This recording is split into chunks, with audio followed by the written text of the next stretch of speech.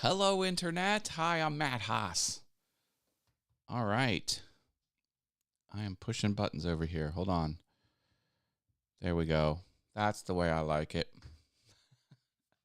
Hope everyone's doing awesome. I am the solver of problems. Wow, I am probably up way too high. Okay, we'll try that. Breaking in my new stool. I have a new stool. Yay. So I installed the Lenovo Chromebook yesterday at my mother-in-law's house, and I gotta tell you, it is a screaming awesome setup. I bought one of the top of the line, brand new, high-end, large memory Chromebooks. We got her Google account into it, so it all turned back on and had everything the way she wanted it. I used my old external monitor that's no longer here because I replaced it with the teleprompter. So she's using that. I had an old little USB-C hub, but it had VGA out and Ethernet. So I Ethernet her right into the router, which is right on the same desk. And so she has two monitors. She already had a nice external keyboard and mouse. Got that all working. Oh, baby. It is pretty sweet. So the problems have been solved. Hugh DeMann is here. Whit Prophet, hello. Hi, Marilyn. I see you with the purple hearts. Maybe he hasn't solved the problems. Why do you say that? You can hear me, right? Can you hear me? Let me know if you can hear me. Everything looks good on my end.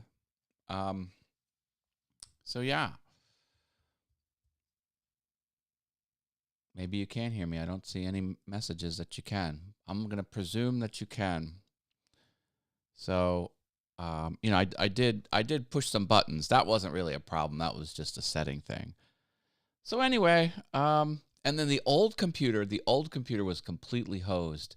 They had an actual Windows machine, which I don't recommend for this use case. Oh, thank you, Whit. I don't recommend a full Windows machine because Windows has problems. When they run into issues, then you have to solve the Windows problems, and that takes sort of a tech expert. Living in the Chromebook environment, man, all you need nowadays is a browser. They are sitting pretty.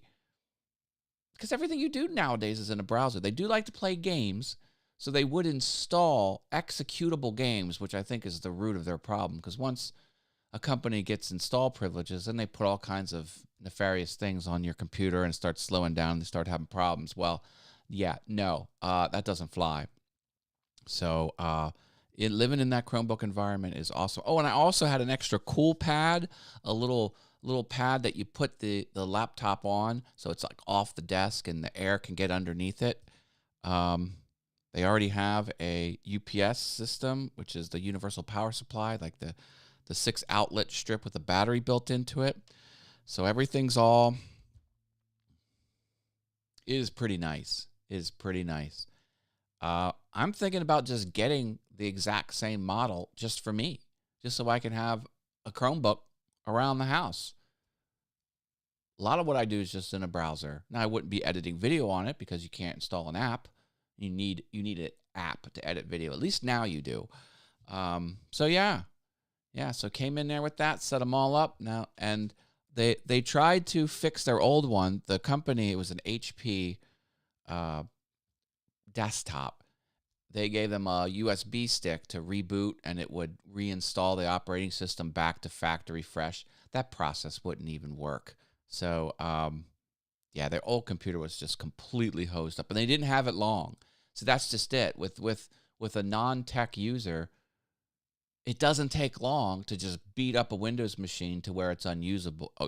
I'm sorry to say that, but that's not the case with Mac. And I know Mac's a little more expensive, but you get what you pay for, and those things just run and run and run.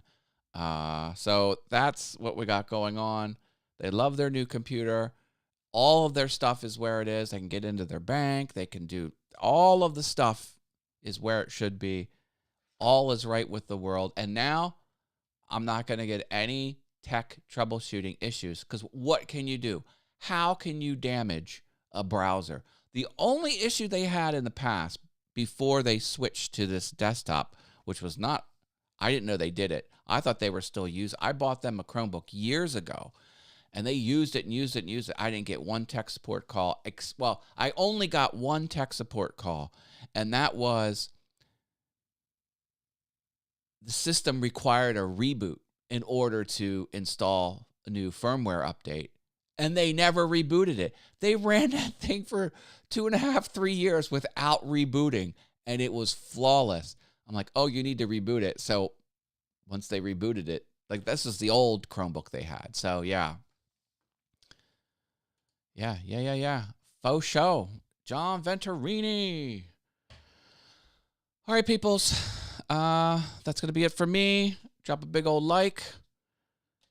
I think if all things go well tonight, I will head to Costco, and maybe I'm going to run to Hershey Park and cash in all of my tickets for some prizes, because I've been beating up those arcade games, and I got a bunch of stuff. Oh, now, see, look, I see a red light. Look at this. I see a red light. Can you see it? There's a red light on my GoPro. That is a suspicious red light. I guess it means it's charging. It doesn't seem to be hot. I don't know.